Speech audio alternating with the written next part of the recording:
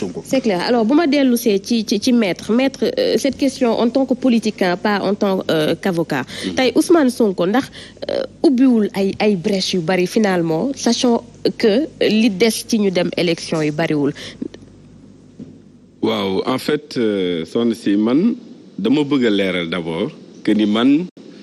je n'ai ni amour pour les gouvernants ni haine contre les opposants man je suis un citoyen de la République boo xam ne dañ ko invité ci plateau ngir mu weccante xalaat ak ñi mu ko sékkal les personnes amul lu ma solo man personnellement débat yi may bëgg di tenir day bëgg mu nekk des débats yoo xam ni ci principe ak valeur républicaine yi xam ne moonu boole Sëñ Omar ñu yem ci loolu moo tax ma du ma dugg ci wàllu woowu kenn ku ne xam na ni ñiy def politique ci Sénégal kenn ku ne gis na kenn ku ne ni muy doxee ñi ci doon njàccaar ak ñu ko doonul manes nañ leen a ràññee na kenn ku ne xool ay bëtam xool bi nu tàmbalee ba léegi moom Ousmane Sonko fan la tàmbalee ak fu mu agsi ndax fi mu tàmbalee ak fi mu agsi jaayin dina di doxe wala njàccaar mooy doxee nu ni mel loolu kenn ku ne mën na ci am jugement foofu laa yem alors commissaire s'il vous plaît. non c'est-à-dire. s'il vous plaît ñu dem ci commissaire ñu dem ci commissaire ñëwaat. man ci principe rek laa yem dama ni. mais Kader. réponse am na ci droit s'il vous plaît dama ni man dama dugg ci maam détail. et nangul nañu la fi may yem mooy maanaam ñi ne ci maanaam sekk pencum politique mi. kenn ku ne xam na ni sëñ Aliou Sow kii di Ousmane Sonko ci acteurs yi la bokk. ba mu tàmbalee ak léegi nan ko nat ak ñi xam ni ñoo ko fi jiitu woon ak ñi ko fi dab doxinu nan la mel. ndax doxinam woowu doxinu njàccaar la wala doxinu maanaam jaayin la. loolu kenn ku ne boromi xel la nan seet xool ba xam. alors s'il vous plaît ma demaat ci commissaire avant may ñëw ci yéen pour la même question tey li des ci ñu dem ci élection yi bariwul mais ñu gis ni que dossier yi topp Ousmane Sonko quand même mu ngi bëgg a bari ndax il n'est pas pris dans son propre piège. est-ce que. il n'est pas pris dans son propre piège par rapport à dossier yu bari ak brèche yu bari yi nga xamante ne ubbi na ko. man du ma wax xaw ma nu ma koy formuler est-ce que dama koy wax ni nga ko waxee il est pris dans son propre piège. da nga ni ñu ngi jëm ci élection. réew kenn du ko fooye ñun dañu tàmm lu xew ci biir nit ñi ñu delloo ko feneen wut ku nu def procès am et je crois que on s'est habitué à ça on fait toujours le procès des institutions on fait toujours le procès de l'État alors que institution yi ak état bi ay nit ñoo koy doxal bu ñu demee nag ba ay nit gàddu seen ay bagages taxaw ci penc mi nii dañu bugg doxal Sénégal depuis très longtemps waroon nañu commencer débat bi ci seet ku nekk particulièrement Ousmane Sonko bi fi indi façon bu bees. façon bu bees mooy doxalinu politique bi nga xam ni yow da nga koy teg ci wax ci kii wax ci kële jaxase mélanger dugg ci ay détails yi nga xam ni c'est extraordinaire parce que niveau bi ma toll par exemple ni may ragalee fii ñu bari duñ ko ragalee parce que malheureusement ay civil laa fi gis seen culture état ak sama bos bokkul. ba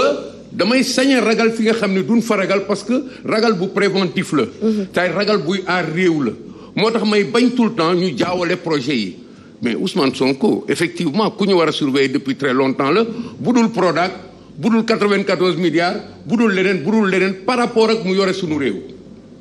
parce que dafa am ay phénomènes yi nga xam ni day accompagner mouvement am yi nga xam ni. ñun dañ ko war a seet. c'est là que moi j'incrimine la presse xaw ma kuy journaliste ku dul journaliste ci seen façon de.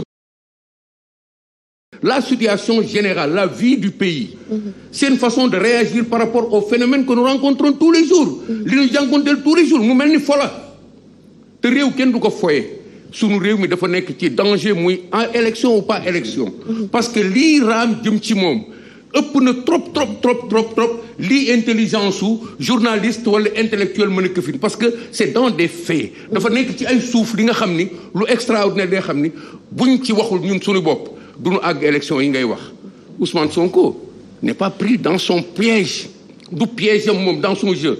Ousmane Sonko est pris dans une situation bu mu contrôler tout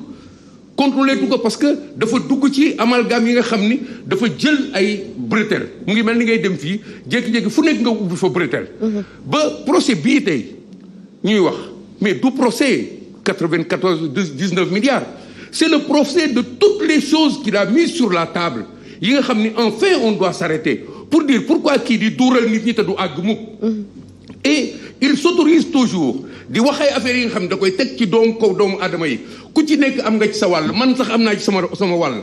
ci li nga xam ne dañ koy teg ci deru doomu aadama yi te du àgg et de plein droit moom ak ñi mu àndal yëpp c'est leur système dañuy duural nit ñi di wax li nga xam ne dafa metti et puis il s'autorise avec arrogance ak beneen façon bi nga xam ne ñun xamuñu ko dafa mel ni nekkatuñu Sénégal bi nga xam ne suñuy maam ñoo ko fi teg c'est pas possible que ñuy bàyyi nit ku mel noonu di dem allègrement à la présidentielle ñu ni est-ce que moom il n'est pas pris dans son jeu non c'est pas vrai c'est le Sénégal qui est pris dans le jeu de Ousmane Sonko et il faut qu'on le libère suñu réew mi dañ ko war a tekki fii mu nekk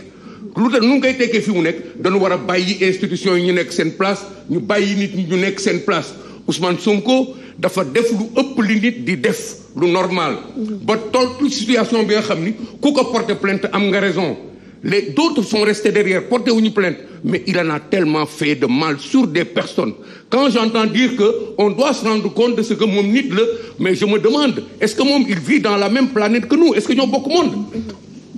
est-ce que ñi ànd ak moom ñun ak ñoom ñoo bokk monde est-ce que ñoom ils ne sont pas dans une bulle benn chimère bi nga xam ni les réalités de là-bas ne sont pas les réalités d'ici mais moi c'est mon problème aujourd'hui le problème de Aliou c'est son problème mais moi mon problème est-ce que véritablement on est en train de vivre dans le même monde nous refusons d'aller aux élections avec des phénomènes de ce type-là c'est pas lui qui est pris dans son piège mais il faut qu'on l'arrête il faut qu'on l'arrête en respectant les institutions en ne se payant pas la fantaisie facile de faire les procès de tout le monde on doit faire son procès on doit faire son procès dans cette affaire de Prodac pour toutes les autres affaires qui ne sont même pas comme celle-là mais qui y ressemblent yi nuroog moom yëpp da nga xam ni nit ñi dañoo mujj bàyyi ñëpp a sonn ci Ousmane Sonko tout le monde est fatigué et c'est du rien du tout parce que ku fi prouvé wul dara lu dul di manigancer ñu koy gis ñun tous les jours ñu koy gis tous les jours ñuy dund lool ba léegi nag tous les jours on passe toute notre vie Ousmane Sonko mais c'est pas possible ce Sénégal est plus que ça donc on doit l'arrêter et l'arrêter c'est faire de sorte que les institutions demeurent institutions yi rester mu répondre à la plus petite convocation def ko normalement comme l'a dit Aliou c'est pas la peine dégg nga woonal la su fekkee kilifa nga da ngay dem wuy ji su fekkee ku respecté nii da ngay dem wuy ji réew la ñu wax te dimension problème yi fi mu ko yóbbu c'est au niveau de l'État affaire au Sénégal la et c'est lui qui nous amène toujours là-bas soo ko xoolee sax il en fait un problème d'État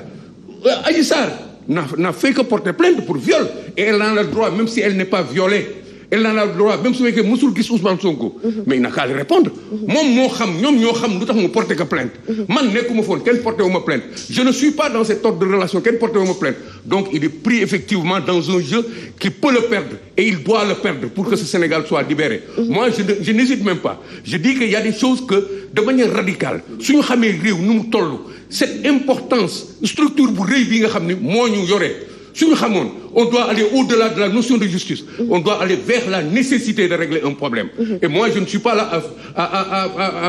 à batifoler autour de ces questions il faut qu'on règle ce problème-là on le règle pour tourner vers autre chose parce que le pays s'en va et nous sommes grands quelqu'un comme moi j'ai 69 ans et je me mets là à laisser ce pays-là pourrir mes enfants sont derrière moi mes petits-enfants sont derrière moi et personne ne réagit Ousmane Sonko est pris dans le piège qui doit le prendre parce qu'il en a trop fait. D'accord alors tey procès boobu nga tudd sax ñu brosser ko un peu muy coow bi dox ci digganteem ak Adji Sarr ñu war a dem ci procès ñuy dégg nit ci di nourrir cette idée là que réew mi dañuy dem ci fitna ba ñenn ñi même ku ci mel ni Alioune Tine di def alerte comme quoi boo moyul guerre civile mën na am est-ce que tollu nañu foofu. non dépassé nañ ko mais dama lay delloowaat gannaaw. parce que le pays est en train de se ressaisir certains. loolu am nañu ko fi junj ni réew mi déedéet nit ñi nekkatuñu 2021 en fait il faut qu'on supporte ça ce n'est pas lui 2021 c'est un cocktail de choses yu fi nekkoon yi nga xam ne mënta ñàkk l'autre chose c'est que nous n'avons pas eu de guerre civile nous ne sommes pas entretués c'est des incidents mineurs ñu nga xam ni li ñeneen ñi am ñun nii leen ko amee ñeel nañ ci sant suñu borom avancé. demuñu ci benn situation bu dramatique les Sénégalais sont en train de voir effectivement comme l'ont dit certains ñu ngi comprendre ni kii ay pexe la yore pexe mooy fexe ba capturer Sénégalais yi di leen defloo di leen dindiloo gisagul boppam xamagul boppam parce que xamu ci benn monde wóoragu ko sax ni mën na ko mais il va se mettre à ça maintenant pour que mu mën a continuer il a une armée de gens extrêmement dangereux loolu c'est une réalité des gens yi nga xam ne ils sont aveugles parce que ils portent le même idéal que lui plus que l'idéal qu'il a ils ont chacun à sa manière un idéal à porter qui va dans ce voyage-là et consorts. Donc aujourd'hui suñu demee ba affaire bi tollu fii moi je crois que il faut qu'on se rende compte de ce que absolument il faut qu'on l'arrête. Il faut qu'on l'arrête. On ne peut pas reculer, on ne peut pas se mettre là à tourner à gauche et à droite et à chercher comment comprendre ceci, comment comprendre cela. Je crois que le problème qu'on le prenne de cette manière ou d'une autre manière, moi je crois qu'il est le même. Ousmane Sonko s'est pris dans son piège ou qui s'est pris dans le piège d'une situation, moi je crois qu'il faut qu'on l'arrête. Moi, c'est vraiment ça. Alors, Abdoulaye, Ousmane Sonko, quoi qu'on puisse dire, il s'est fait beaucoup d'ennemis quand même.